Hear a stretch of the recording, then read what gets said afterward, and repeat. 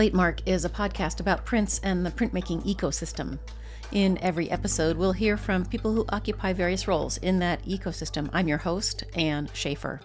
I'm an independent curator who works to promote prints and printmaking through this podcast, through organizing fine art print fairs, and also through organizing exhibitions. The goal of the pod is to demystify the world of prints and printmaking, which can be technically challenging, and to demonstrate the range of opportunities to work in this charming corner of the art world. This is a show that takes you behind the scenes to expose the generous, collaborative, and creative people working to better the world one print at a time. Before I introduce today's guest, I wanted to put in a plug for the Brooklyn Fine Art Print Fair, which is coming up in April 9 to 12. It runs at the same time as the IFPDA Fair. New York City Print Week is back, so please make your plans to come see us in Gowanus at Powerhouse Arts. Tickets are on sale now. You can get them over at brooklynprintfair.org. You can also hit the website to see our list of fine purveyors of prints, our exhibitors. We've got gallerists and print shops, publishers, as well as academic departments and self-representing artists. So we really are trying to hit every level of the ecosystem. Last year's print fair was unbelievable. It was so awesome. It was our first, and this second one is going to be even better. Please make plans to come out and see us. Okay, on to today's episode. Release the Wolfbat, everybody. Get ready to leave the White Cube Gallery behind. In our latest episode, we're stepping into the wild and mythic world of Dennis McNett, also known as Wolfbat. For over 30 years, Dennis has been carving out a career that defies every standard artistic path.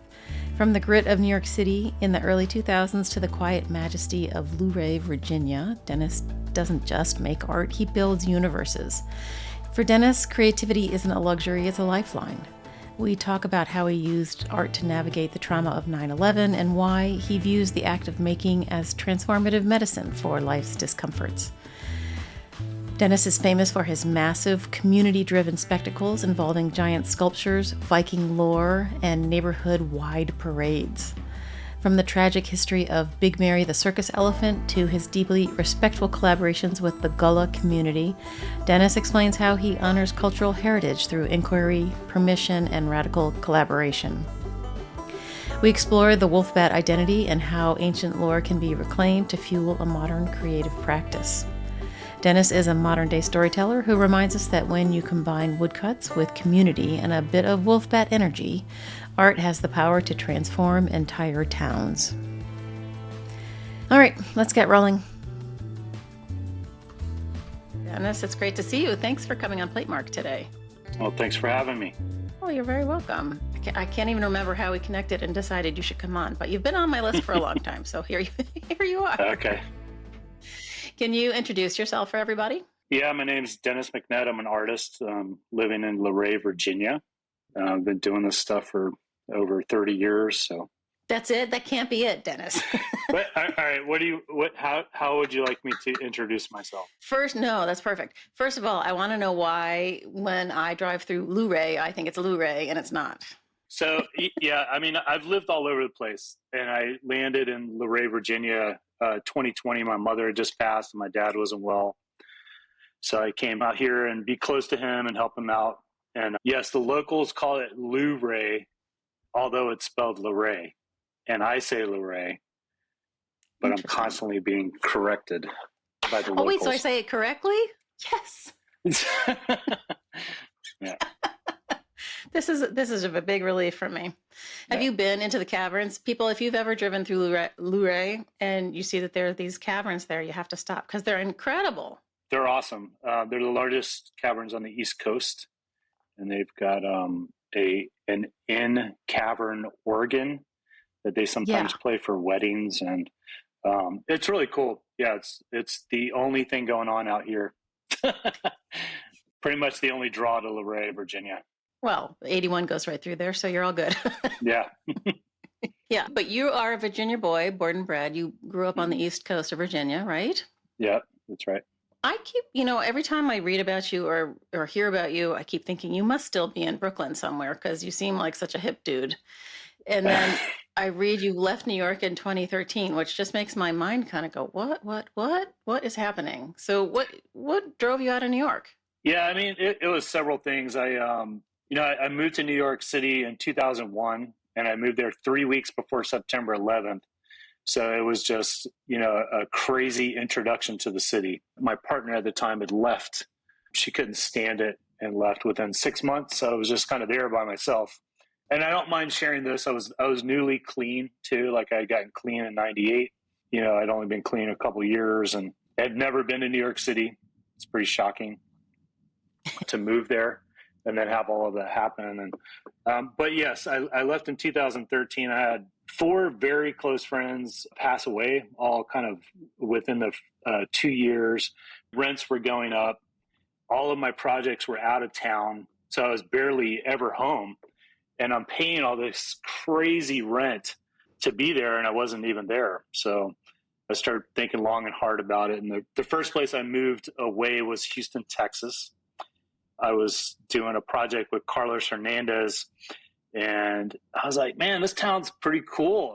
I like it. I like it a lot. I think I'm going to move here. And I remember Carlos was like, you're not going to move here. And so I found a place. I signed a lease while I was there, went back to New York, got all my stuff, and came back. And he was like, oh my God, you moved here. And so I was actually right down the street from Burning Bones Press. And then I kind of hopped around a bit. I was there for about a year and a half. And then I moved to Richmond, Virginia. And then we lived there for about a year. And then I moved to Philadelphia, and I lived there for about a year. And then I moved to just outside of Austin, Texas. And I was there for 3 years before COVID hit. And now I'm here. So Were you bouncing around project to project, basically? Yeah, that's the thing, and that's what's been true since, I don't know, like 2006. It's like most of my work is elsewhere. People will call and say, hey, we saw you do this project here, and we would like you to come here and do it. And so, yeah, I've been actually all over the U.S. and a couple places abroad, Mexico and Europe, not really outside of that, but yeah, just bouncing around doing projects. Yeah. Yeah. When people call you and say, come do a project here, like if I know people in museum worlds who are paying money to an artist to come do something, it's probably about $10, right? Like it's not, the honorariums are not gigantic. Like, are you making money by doing the commercial work? I get asked this a lot. Like, how do you do this? How do you make it work? And how do you make it work? Well, this is exactly what Platemark's about, is like trying to show people that there's a lot of ways you can be inside the ecosystem and working adjacent to, creativity that you think of as traditional creativity, the artist in the studio, but that there are many ways to do it. So I'm always like trying to poke at people and say, how are you doing it? It's something you really just can't learn in academia, right? It's just not. Like, they don't talk about it. A lot of the models they do talk about, they're dated. I always tell people, like, I learned more from doing internships with people doing stuff that I wanted to be doing or that were highly professional at what they do, more so than, going to grad school. And, grad school gave me the time and the space to develop my work, but New York City and the people I met there educated me. Like, they really showed me how to hustle. Like Kathy Carrasio, I did an internship with her for, several years, and she's amazing. I mean, she was able to maintain and keep a studio in Manhattan for over 30 years. That's no easy feat. Brooklyn's one thing, but in the heart of Manhattan, it's kind of crazy. And she has an incredible print collection and just, knows everyone, very knowledgeable about printmaking and very generous. And what she taught me was how to hustle. So she taught me how to stretch a penny, which you can't learn in school. And, and then I interned at Brand X Editions, which then I later ended up working. It was the master printer for the Chuck Close prints that were, those 210 color, whatever they were, 5 by 7 foot screen prints. I worked with Bob Blanton, the owner. Bob was funny. He knows like several different types of martial arts, and he's not like a little bit, like he used to compete, and he was really good. And so you know, he's really quiet and calm. And, you know, I was always kind of scared of him a little bit. Like, God, man, this guy's like a ninja, you know? And he even had like the stuff on the walls, you know, he had like, you know, the martial arts weapons, and he taught Tai Chi on the weekends. And anyway, Bob was my teacher at Pratt. And he goes, hey, do you need a job? And I was like, yep, I absolutely do. And he was like, well, why don't you come in the studio and we'll get you working. And right off the bat, they started everyone out blowing out screens and doing all the grunt work. But pretty soon he moved me over to where he was printing these Chuck Close prints. And within a couple weeks, he said, all right, you're going to print these. You're going to be the printer on these. And I was like, whoa, you know, Bob, I don't really want to dive into doing this. You know, I don't feel confident enough to print these $85,000 prints. I just like, and he's like, no, you're going to do it. I want you to go ahead and print the first one. Right. So what you had to do, because the paper was so big, you know, they're like 5 by 7 feet. You had to move it yourself. So you had to lift it up an end and you kick air under it, and then you float it over to the vacuum table. You know, I think we already had like 30 colors on it at this point. And he goes, all right, go ahead. And I floated over and it went wham right into the middle of the table. I shot a crease across the paper. I'm like, you know, oh my God, he's going to kill me. Right. And he looked at me, he goes, don't do that again. Right.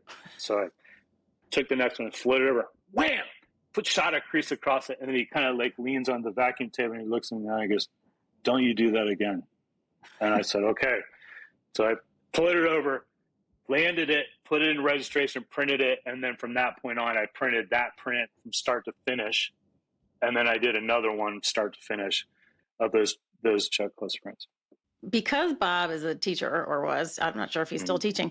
No. Why wouldn't you like give you a test piece of paper to try this out first? Because that's not the way they do it. It's old school. It's just very like, you're going to learn this or you're just not going to have a job, you know?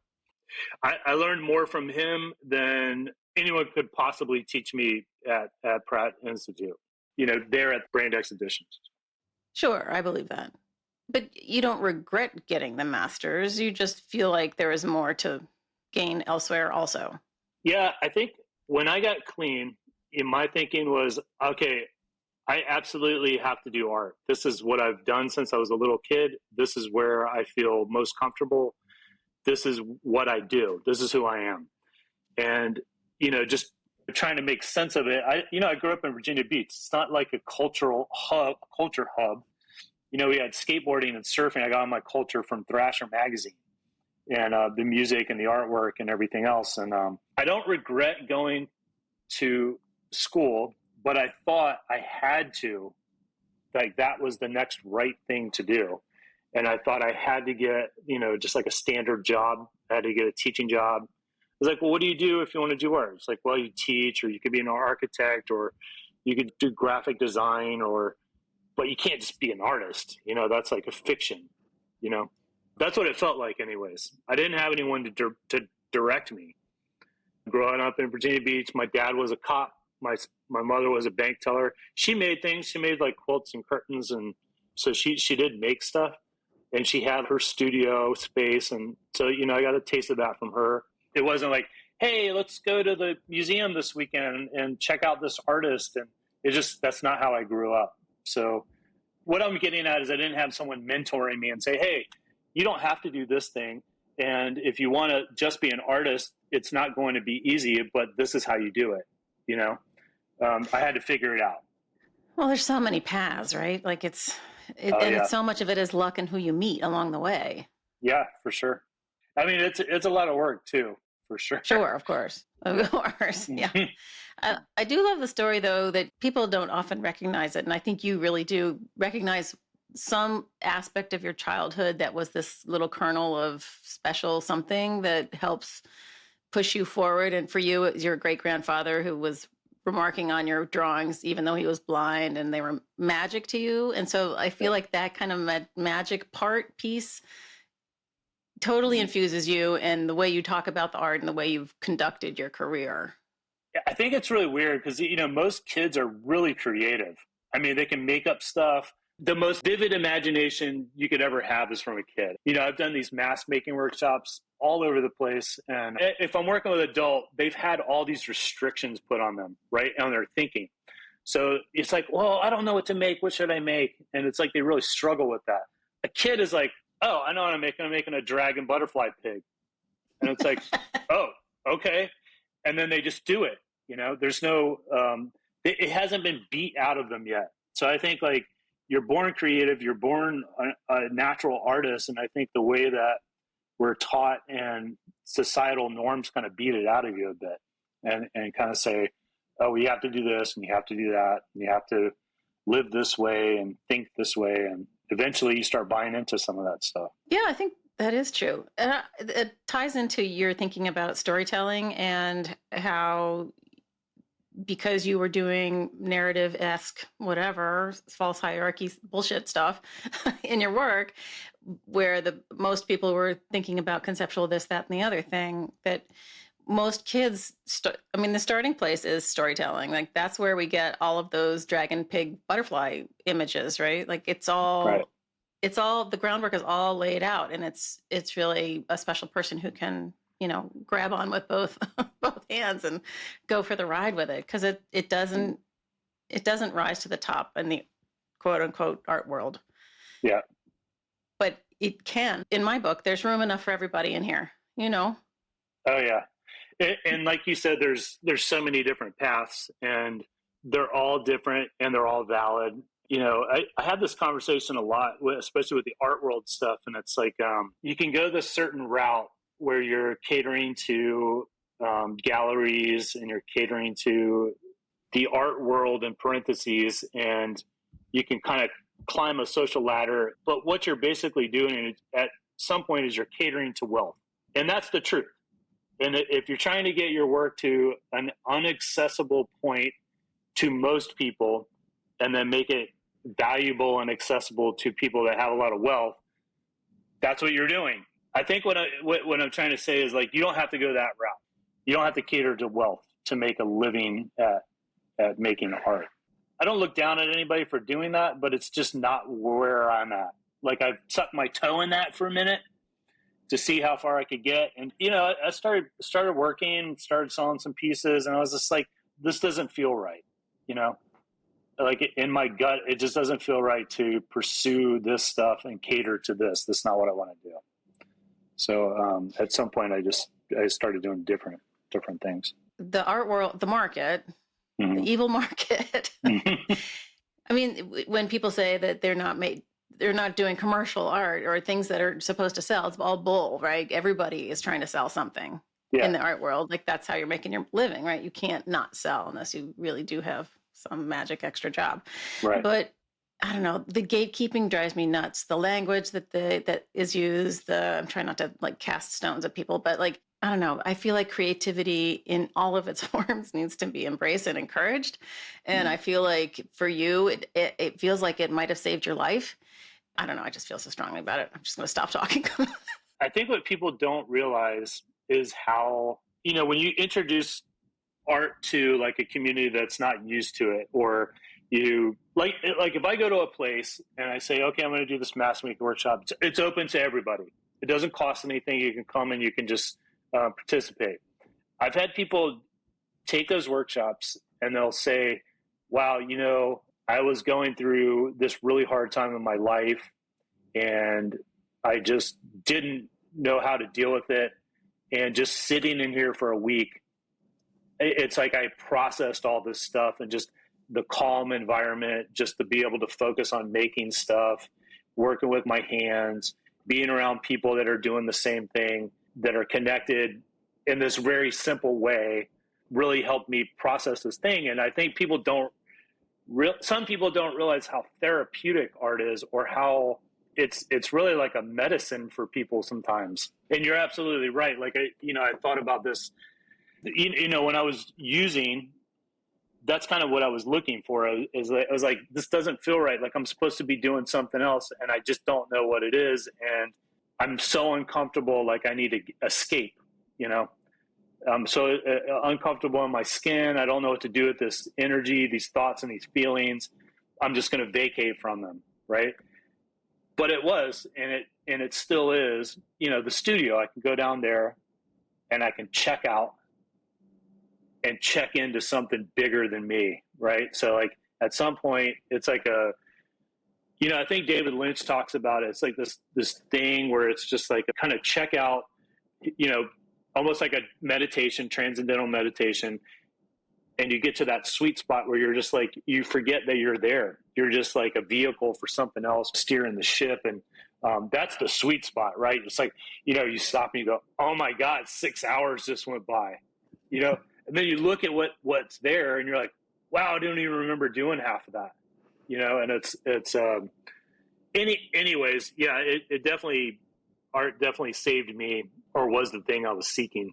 Just like it gives you that jolt, high endorphin rush, whatever, when Mm-hmm. you just have this moment. But I think it's also, I mean, you talk a lot about, in the various places I've been watching / reading about you, about the community aspect of it all. And that this seems to be what drives a lot of the work that you're doing, is this sort of giving this communal opportunity to people so that they can join in, as you say, during this workshop and that scenario, but also in these big performances, that there's special magic in that.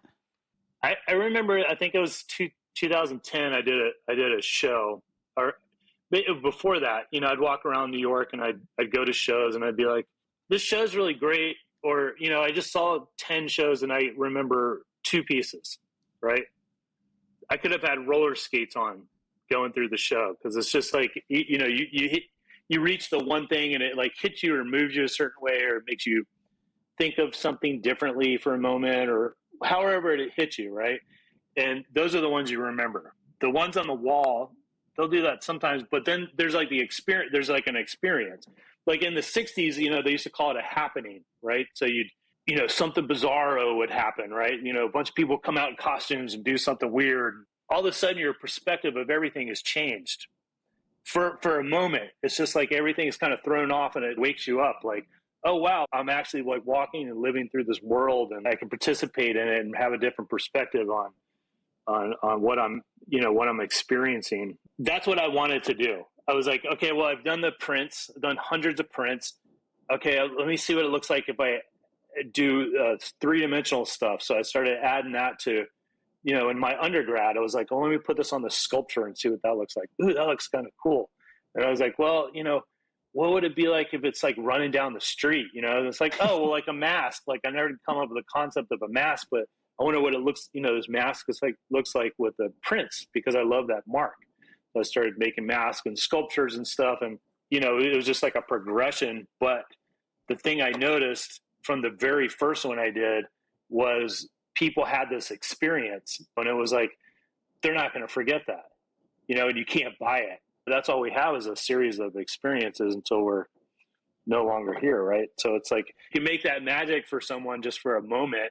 Wow, that's pretty special. Like one of the most recent ones I did in Asbury Park, we go down the boardwalk with these, I took a big, 24-foot Viking ship and these 12-foot puppets, and everyone's got their masks that they made for the workshop, and there's people drumming and gongs being hit, and someone unexpectedly on the boardwalk, you should see their faces. They're just like, they light up. They're like, wow, what is this magic? Because it just takes them out of their routine for a moment. That's something they'll remember. They won't remember, oh, we went to all these gift shops and saw this thing and did this and that. They're going to remember the damn, the Viking ship coming at them down the boardwalk, right? Right. So. But the happenings, they often jump out of this Viking lore thing, which I think is probably related to your appreciation of Gwar. A band I had to look up, by the way, just to let you know. Yeah.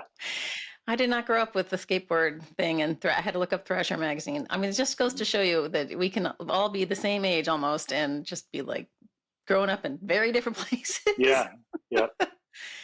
I'm so curious about the kind of Viking aesthetic and everything. I mean, is it that it's far enough back in history that it's just so random and so handmade that it fits into the aesthetic of what you're doing with the prints? Or is there something sort of at the core of the society and how they maneuvered through the world very brutally that What is it?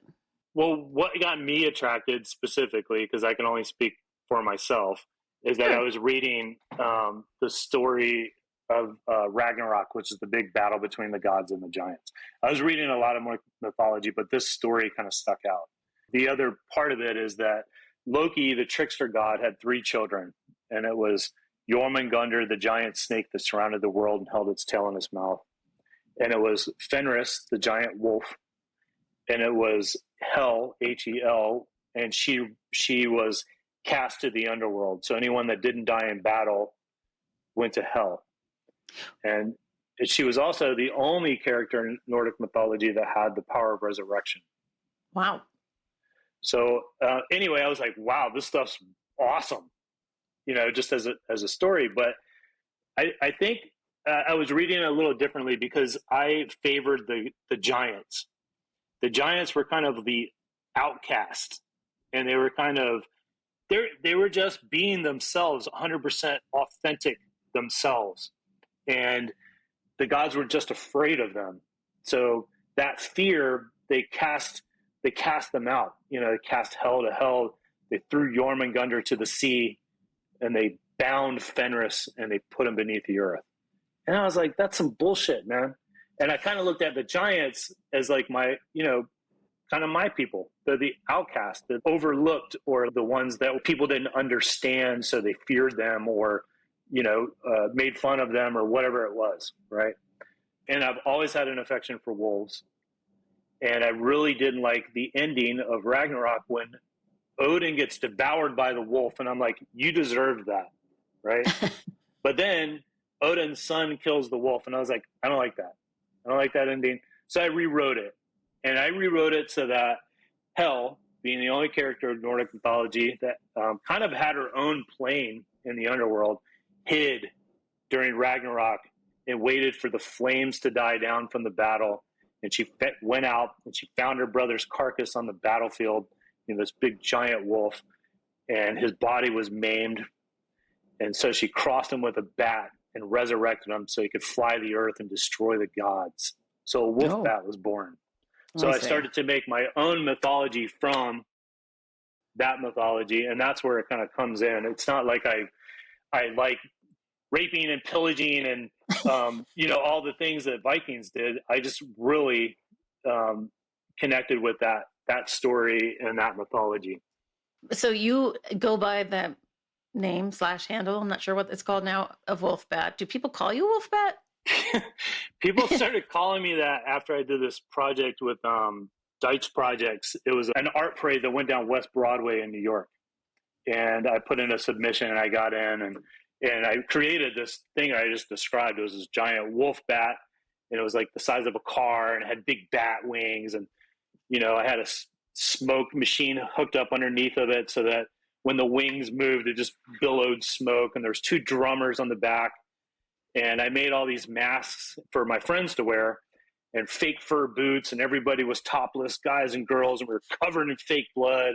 And we're going down West Broadway, and it was just, and at the end of it, this really weird thing happened. My friends took their mask off, and they looked they almost like looked younger or like more vital. And what it was is they just, it's like you put the mask on and you could just be what you wanted to be for a moment, and you could be part of something bigger than yourself. And it was just this big thing going down the street, and you're part of it.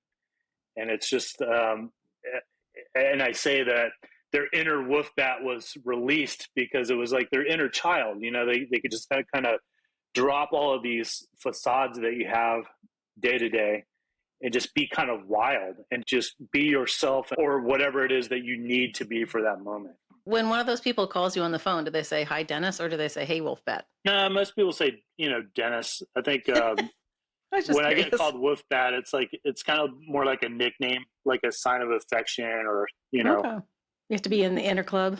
No, no, but it just kind of stuck from that project, and then I used it for Wolfbat Studios. So I think it's brilliant to establish your own lore and story that you can build on and create other avenues for. There's I can think of a bunch of artists that do it, and it's just brilliant because then you've got this endless amount of story that you can draw on. You can make up new time layers and new, families, and it's all sort of wrapped up in Wolfbat's lore. I mean, I think it's brilliant. Sometimes you go outside of that when you go somewhere and you are working specifically with a group that you want to have reflected in the happening. And there were two examples that I can think of that were just fascinating to me. The one with the Gullah people and then the elephant one.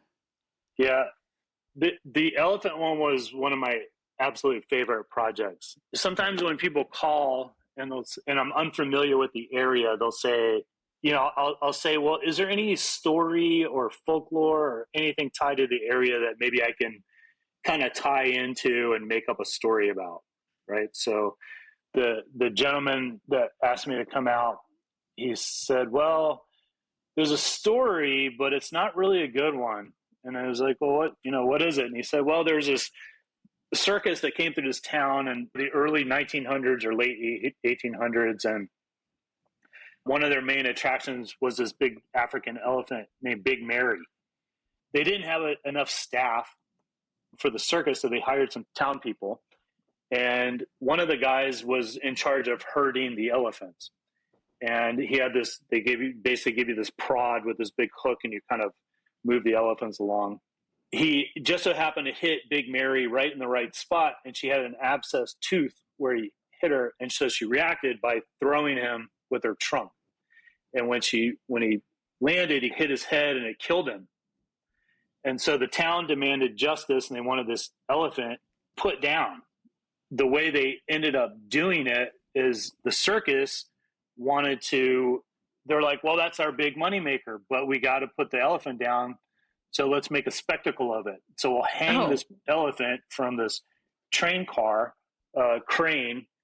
And it was just horrible. They even brought out the other elephants to watch, which they're highly intelligent. And I was just like, oh my God, dude. That's what we have to do the project on. And so I made up this whole thing that the Wolfbat tribe migrated to eastern Tennessee, where this horrible event had happened. They were going to resurrect Big Mary and give her the proper respect and burial that she needed, right? So anyway, we did the whole thing, and right when I got there, I had to do an artist talk, and I said, well, what we're going to do is we're going to build this big African elephant to scale, and her name's Big Mary. And I told the story, and I said, we're going to do this because this is what should be done. Like, she should have been respected and honored. And so these kids were looking at me, and I even heard a couple of them go, you're not going to build an elephant in 5 days, right? And I was like, yes, I'm going to build this elephant in 5 days. And so I started building it. And the first day, I had two people out of all these kids. It was just two kids. They're like, we'll help you. I was like, all right, this is what we're doing. And I started building it. At the end of the day, it looked like this giant lima bean on 2x4s, right?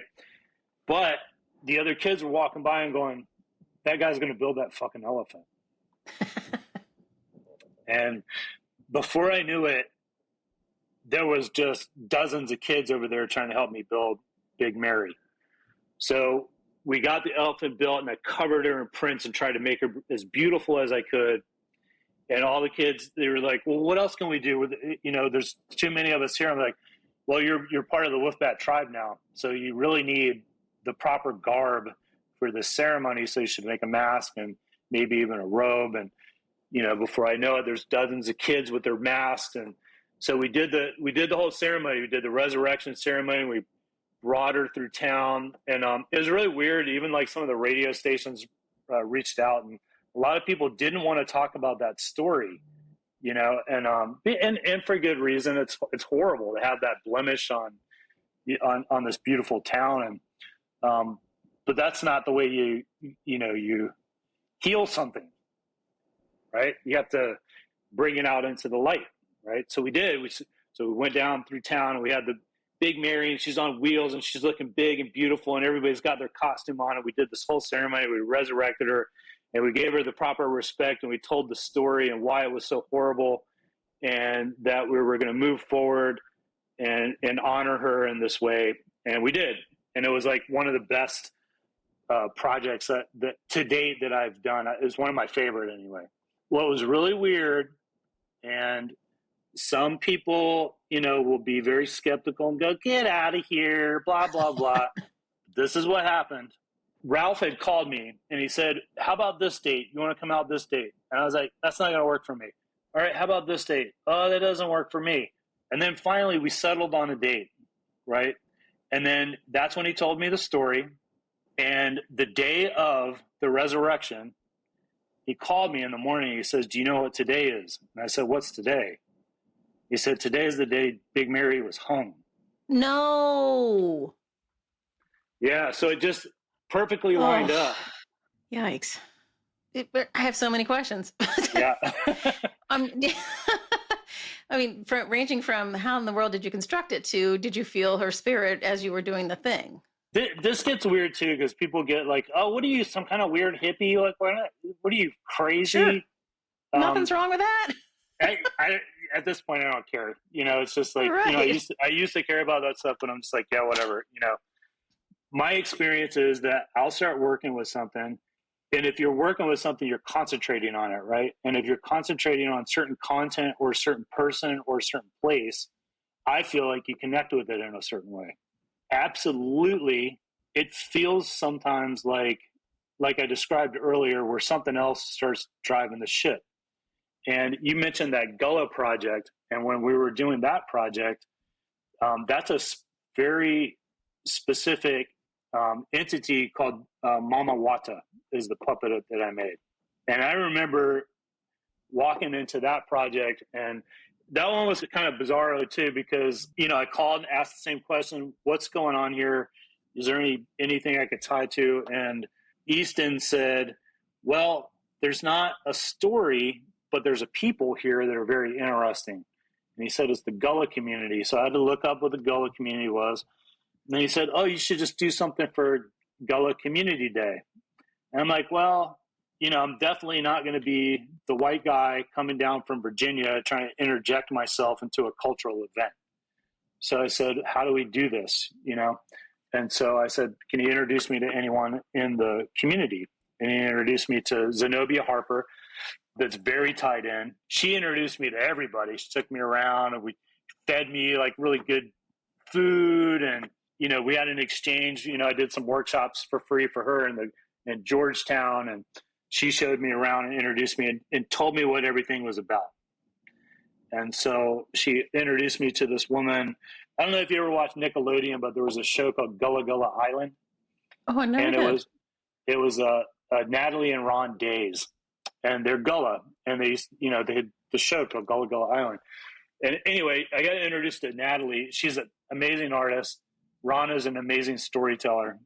I was talking to her, and me and Zenobia went back and forth, and we're like, oh yeah, it was during COVID, like kind of near COVID when we were talking. I was like, well, is there anything that I could maybe work with? He's like, oh, there's these hags and haints, and they come at night and they sit on your chest and they pull your breath, and it's kind of like COVID, right? What?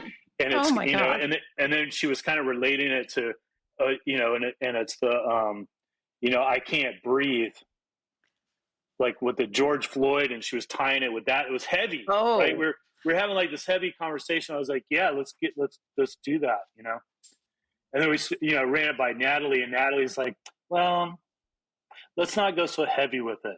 Let's do something a little more neutral that people can connect with.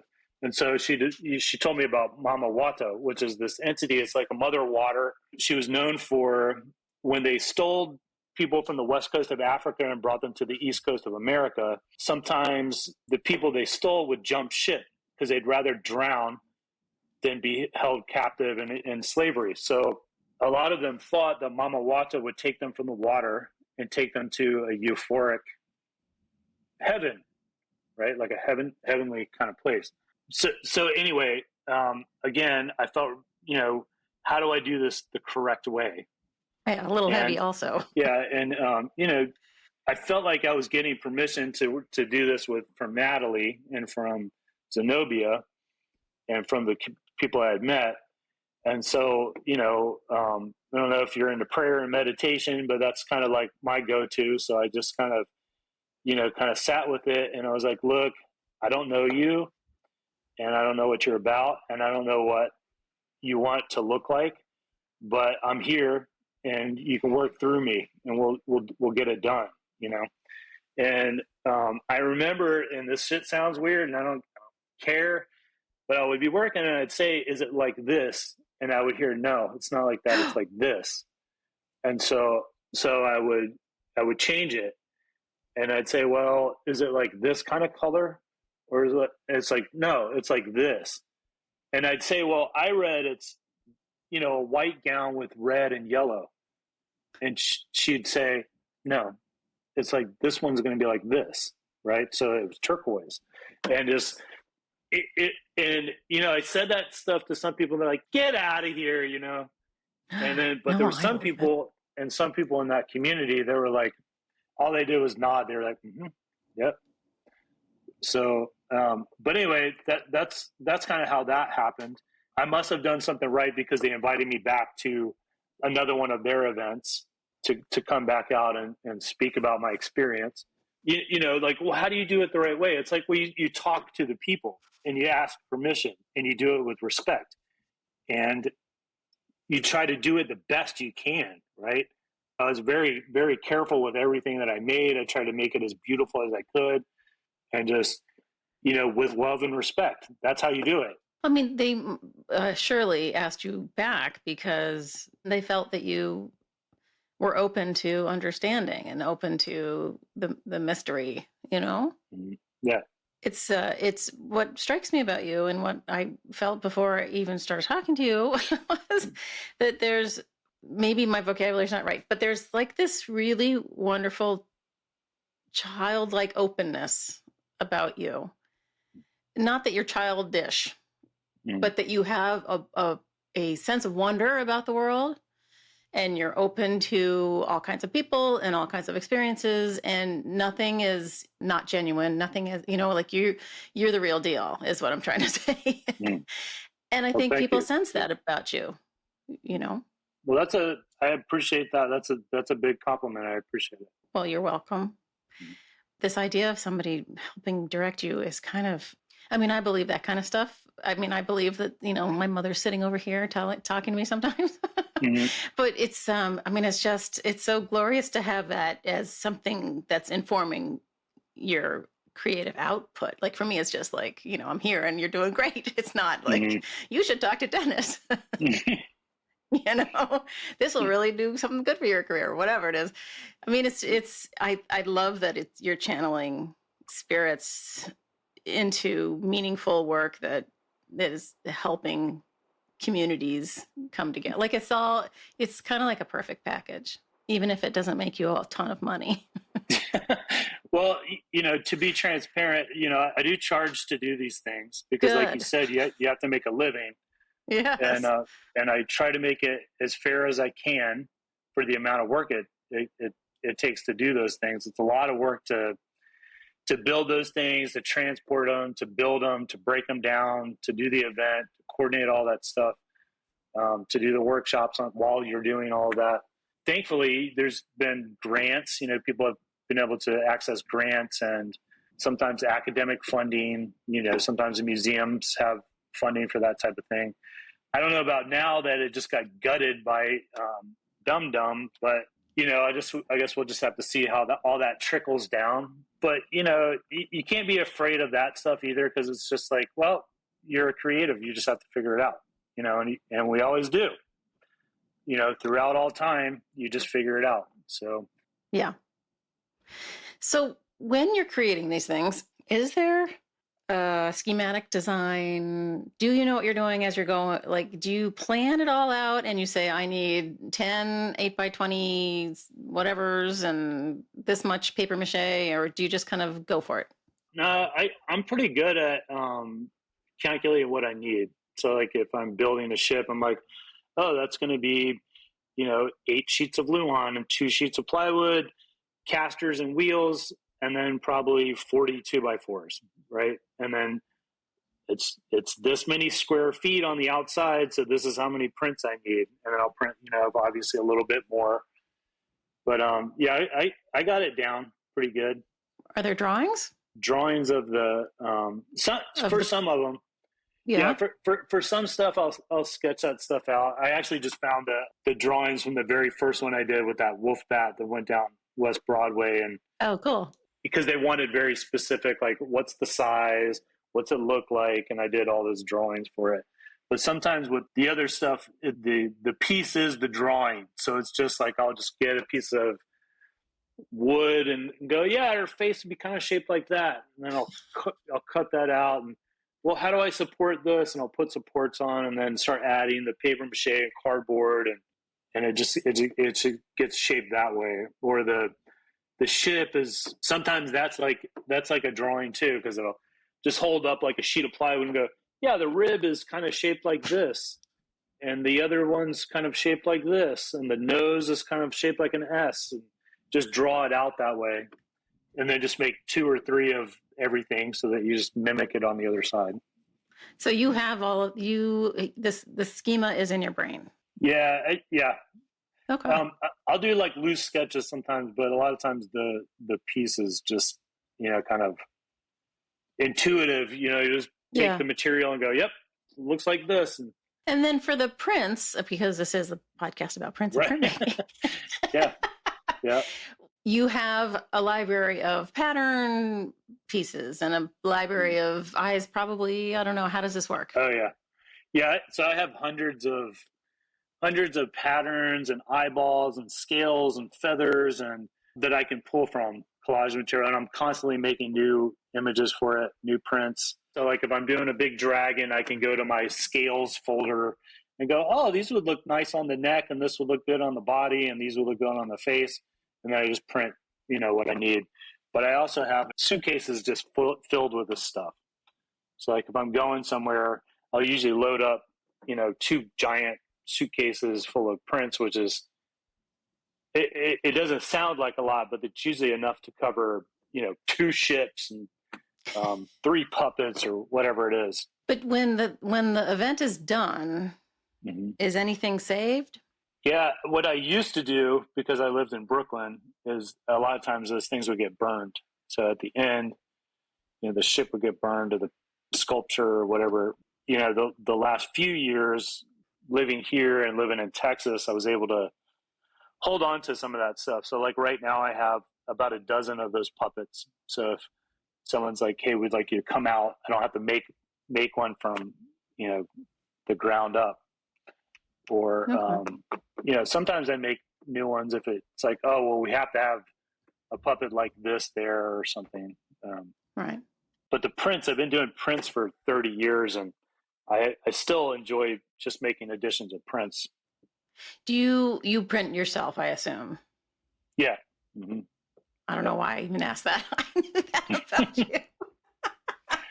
Yeah. But on your site, are things available? I'm trying to think, because I felt like there were more paintings, these sort of cut out pieces of, I don't know if that's Luan or whatever, that you were painting with acrylic, than prints. Where are we getting our prints from?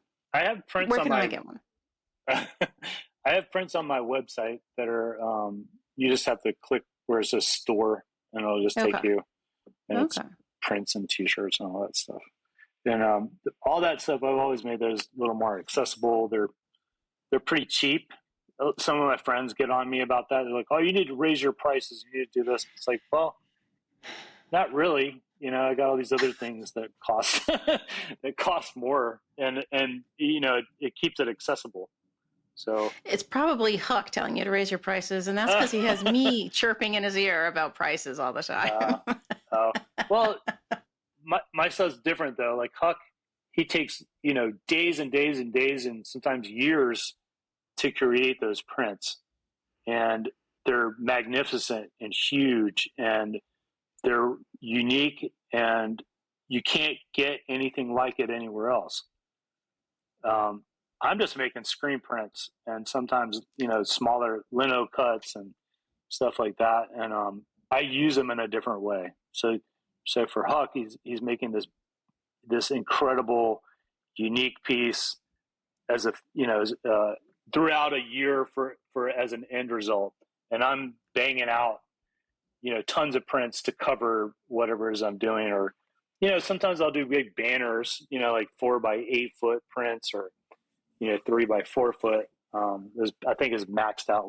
3x5 foot is maxed out on my press, but I think you both have different goals, like Huck wants to be in the collections of every museum in the country, and I don't sense that that's your goal. No, I mean, we've mentioned that several times here, is just, everybody's got their own path, and me and Huck talk about that too sometimes, I admire what he's doing, and it's just not what I wanted to do. Are you still doing designs for the skateboards and shoes and stuff? Occasionally I'll do skateboard designs. It's usually, or it has been, that they'll ask me if there's like a brand new pro skater and it's kind of like a special thing. I'll do their first board, which is, that's pretty awesome to do. Something you said earlier, we were talking about, you didn't know anything about Thrasher magazine or Gwar, and that stuff came up in grad school. And I'd like to talk about this in case there's anybody else out there that has the same experience. Is I remember when I went to grad school, like I said, my dad was a cop, my mother was a bank teller. There was kind of a culture void where I grew up. So all of this was new. Like when I went to New York, everything was like, wow, what's this? Wow, what's this? Any artist I saw, even though I was 28 years old, I was newly clean. I was in the projects. I wasn't in museums. I wasn't experiencing life the same way a lot of my peers were in grad school. There's always a handful that were like, oh, well, you should look at so-and-so. And I'd say, oh, cool. Like, who's that? You don't know who so-and-so is. And, a lot of that stuff, and just kind of, they were way more art educated than I was. But I grew up with what I grew up with, and I was inspired by what I was inspired by. And Thrasher magazine had some of the most beautiful graphics in the early 80s than anything else, or the punk rock album covers and all that stuff that I was into, and the music in the back of the magazine. And you mentioned Gwar, and I saw them when I was a kid. It was in 90, and I was 18 years old, and I saw them for the first time in Virginia Beach at the Peppermint Beach Club. And then I saw them again 12 years later. I'm like, wow, these guys are still doing it. And guess what? They're still doing it. And they just celebrated their 40-year anniversary. And what they do, whether you like the aesthetic or not, is it's a collaborative group that's been together for 40 years that makes their own album covers, and they make music. It's interactive with the audience. They have an ongoing narrative mythology that they've made up that's been going on for over 40 years. They make their own videos. They dabble in every medium available, and they've had it going that long. And whether you like it or not, you kind of have to respect it, right? And I used to tell my students that. And there was this one guy that used to say, oh, you don't know so-and-so, and you don't know so-and-so. And it used to kill me, like it would crush me, right? Because I would just feel stupid and less than, right? So, but I remember I met Bill Fick. He was teaching at Pratt Institute when I was in grad school, and I kind of connected with him. And I remember he said something. He goes, I say, man, these people are they're tearing my stuff apart. I'll put up a piece of work, and they'll say, oh, it's too illustrative, and it's too narrative, and too this and too that. And he goes, yeah, you know what you need to do is stop putting up one, and you need to put up 100. So then they have to actually talk about your work, right? And I was like, okay. So I remember taking a whole summer, and I just worked nonstop, and I filled up this wall in my studio from floor to ceiling, all new work. And I remember this guys, they're coming back, and one guy said, oh, something about it being illustrative and narrative, because all those guys are doing abstract conceptual stuff. And I said, what do you mean illustrative, like R. Crumb, like Albert Durr? What do you mean? Like those guys? Is that what you mean? Illustrative and narrative like that? Because that's awesome, And the guy, and then he did this whole, well, you should look at so-and-so and so-and-so. And I said, well, you should look at Odorous Humongous. And he's like, well, who's that? And I was like, you don't know who Odorous Humongous is? That's the lead singer of Gwar. You don't know what's going on in the world. And I remember talking to him later, and he was like, and I said, it's a big, big, big, big world, and people pull inspiration from everything, and there's room for all of it. And I said, so maybe not look down on somebody for their inspiration, and maybe be excited and learn about it. And he emailed me just a couple of years ago, and he said, man, just want to say, like, I really appreciate what you said about that, because it changed my perspective on a lot of things. So there's that. Well done. I mean, it's hilarious. I love that you brought up Dur, because images were a way to tell stories, A, B, spread news, C, tell people what's going on. And it was by definition narrative until, 1930 something. Like, come on. Yeah.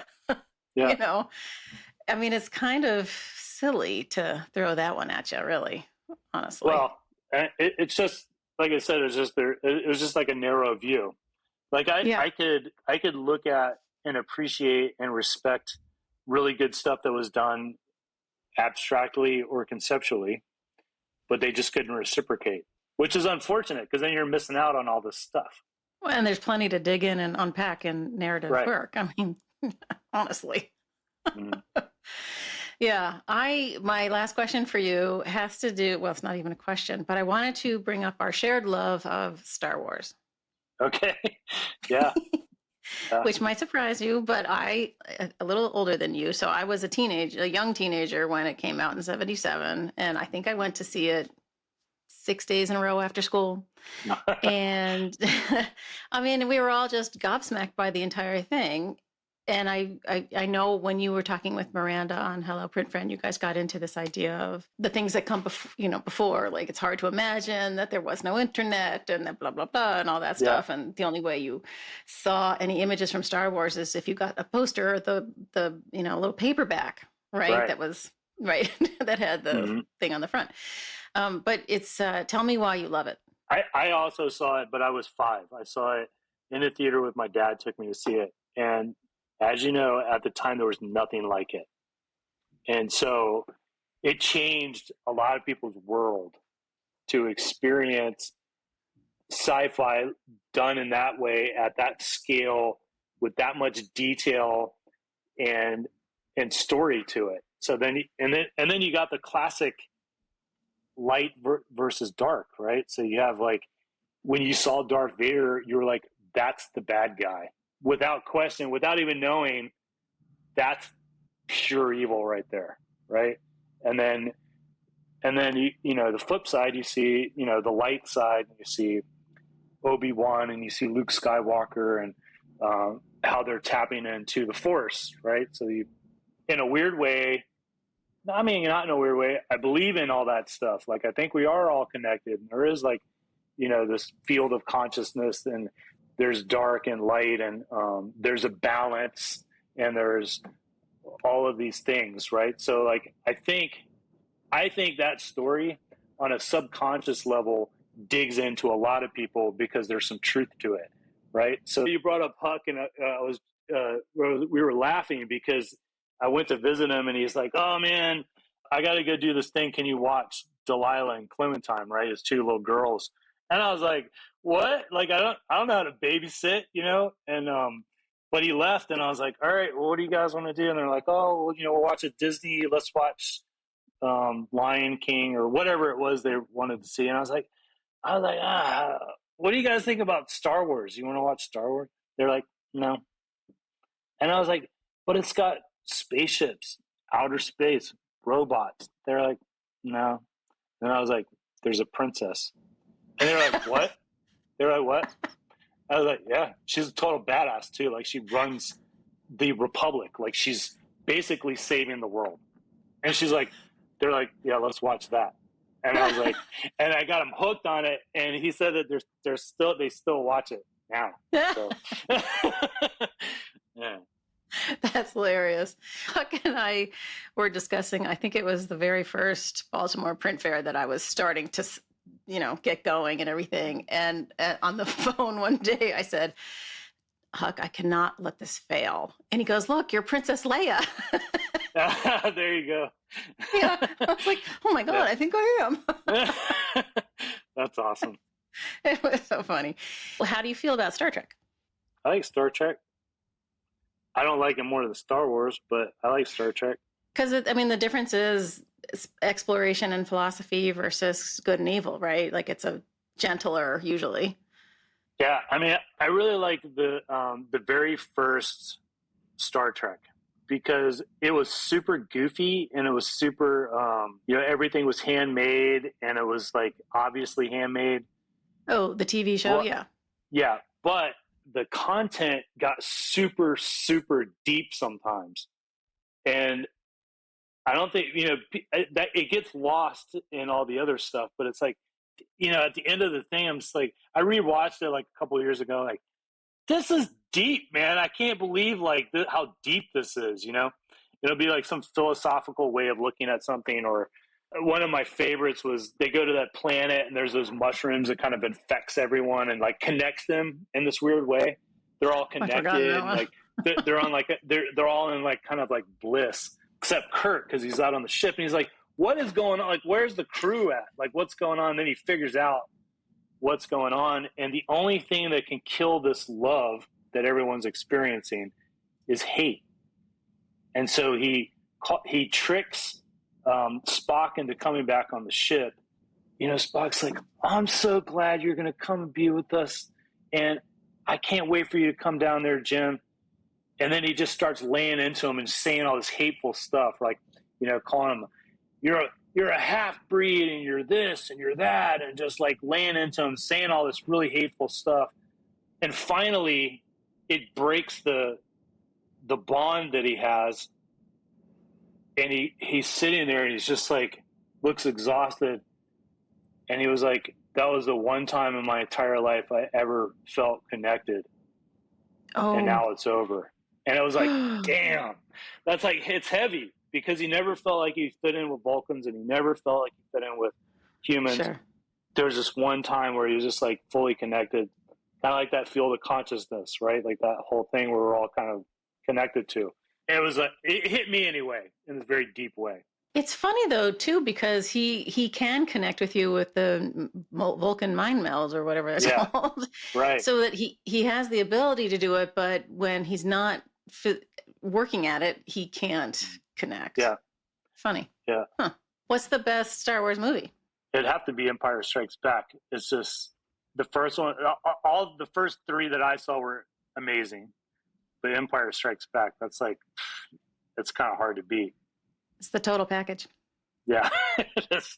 Yeah. Out of the new ones, though, what's your favorite? I think for me, Rogue One stands high above everyone else. 100%. Yeah. I agree with that. Yeah. What about the little series? Do you like any of those?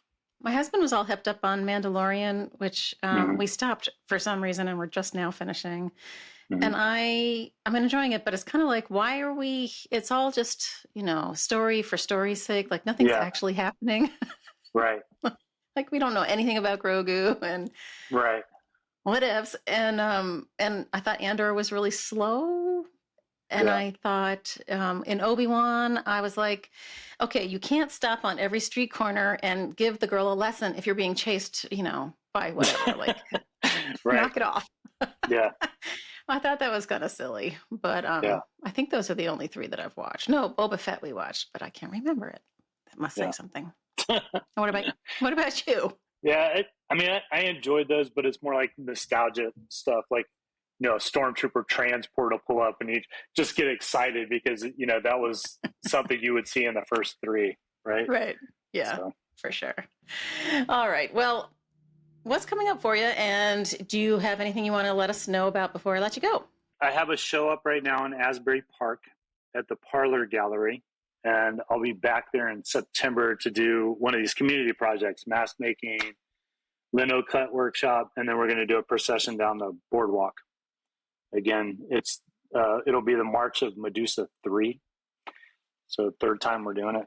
Yeah, other than that, just Hollow Wolfbat's coming up in October, and that's in Asheville, North Carolina. Oh, it is? In Asheville? Mm-hmm. Fun. So that's pretty much it. Yep. Okay. Cool. Well, Thank you for talking to me today. I enjoyed it thoroughly, and I really appreciate your time. Well, I really appreciate you having me. Thanks, everybody, for listening to this episode of Platemark with my guest, Dennis McNett. Wolfbat is an amazing guy. I love his warmth and community spirit. I just think he's amazing, and I hope you enjoyed the conversation we had. Thanks, Dennis, for being a wonderful guest. As usual, I like to also thank my team, Dan Fury of Extension Audio, for being my sound guy. You are a lifesaver. Also, a thank you, as always, to Uncle Michael Diamond for the use of his original music, and Skip Barnhart and Lee Turner for sending me sounds for the intro and outro of each episode. Thanks, guys. As I've said at the top, the images for today's episode are over in the show notes at platemarkpodcast.com. Over there, you could also do a bunch of things, the most important of which, of course, is to help me keep the lights on. All right, we'll see you next time.